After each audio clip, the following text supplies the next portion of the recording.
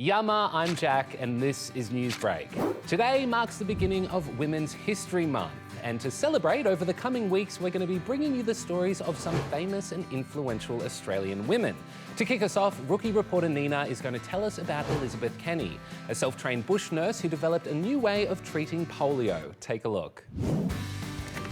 Meet Sister Elizabeth Kenny. Elizabeth was born in 1880 in country New South Wales. When she was 17, she was out on a ride, fell off her horse and broke her arm, and this started her interest in the human body.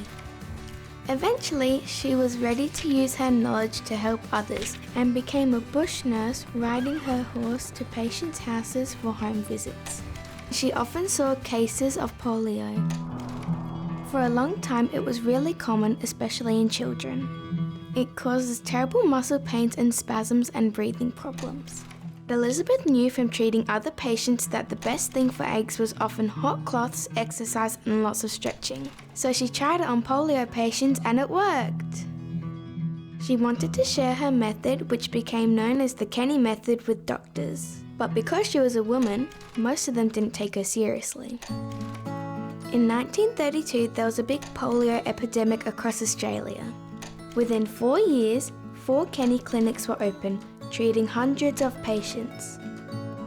And then Elizabeth went to the US, where there was also a polio outbreak. In 1942, the Sister Kenny Institute opened to train therapists. And in 1952, she was voted the most admired woman in the US.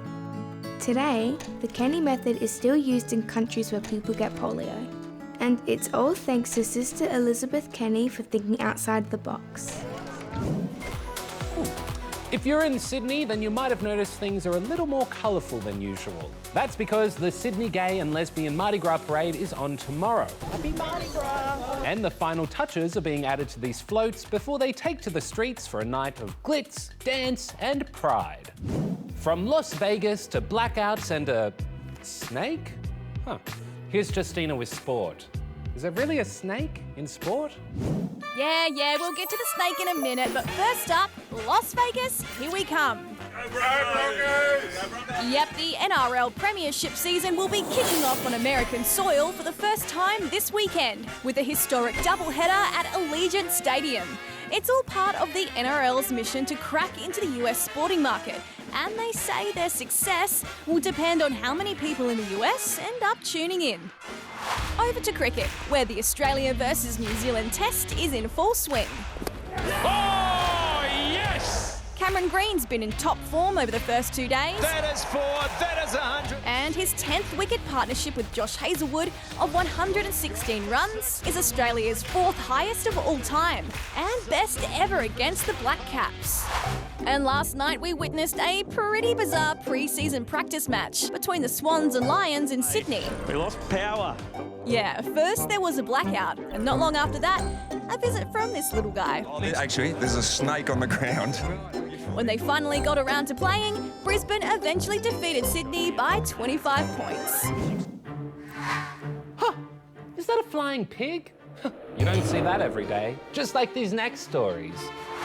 First up, a new species of anaconda has been identified in the Amazon. The southern green anaconda was discovered during the filming of a new TV series and is thought to be 8 meters long and weigh about 200 kilos. Yikes! A French newspaper has been published. Okay, yes, I know what you're thinking. Newspapers are published every day. What makes this one unique is that it's only published on the 29th of February, aka a leap year, which means we'll have to wait another 4 years for the next one. And finally, remember that NASA lunar lander that landed on the moon last week and then promptly fell over? And the lander has tipped, and we believe this is the orientation of the lander on the moon. Well, it sent back more images of the moon's unexplored south polar region. But it's running out of power, so it will be put to sleep, which means these could be the final images we receive. Well, that's all the news we've got for you this week. Have an awesome weekend, and we'll see you on Monday with more. Bye-bye. Oh, quick, there's that pig again. It's back. I told you there was a flying pig. It's gone over here. Quick, we got it. We got it on camera, yes. We're gonna be millionaires.